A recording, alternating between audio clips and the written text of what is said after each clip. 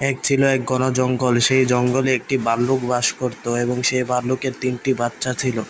একদিন ভাল্লুকের একটি বাচ্চা খেলতে খেলতে জঙ্গলের বাইরে চলে আসলো এবং সেই রাস্তা দিয়ে যাচ্ছিল একটি লোক সার্কাস দেখিয়ে। তারপরে সেই ভাল্লুকের বাচ্চাটিকে দেখে তার পছন্দ হয়ে যায় এবং ভাল্লুকের বাচ্চাটি তার সাথে নিয়ে যায়।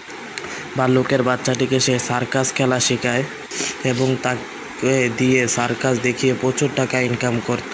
কিন্তু ভাল্লুকটিকে তেমন ভালো খাবার দিত না। ভাল্লুকের বাচ্চাটি একদিন সেই সার্কাসের লোক থেকে পালিয়ে চলে যায় এবং সে দৌড়াতে দৌড়াতে এসে এক জায়গায় গাড়ির সামনে বেজে পড়ে যায় এবং গাড়িতে একটি বৃদ্ধ লোক ছিল। সেই লোকটি ভাল্লুকটিকে দেখে তার বাড়িতে নিয়ে সুস্থ করে আদর যত্ন করত এবং অনেক খাবার দিত। এভাবে ভাল্লুকটি তার সঙ্গী হয়ে যায়। একদিন বৃদ্ধ লোকটি হিট স্ট্রোক করে। ভাল্লুক তা বুঝে যায়। পার্ট 2 দেখুন।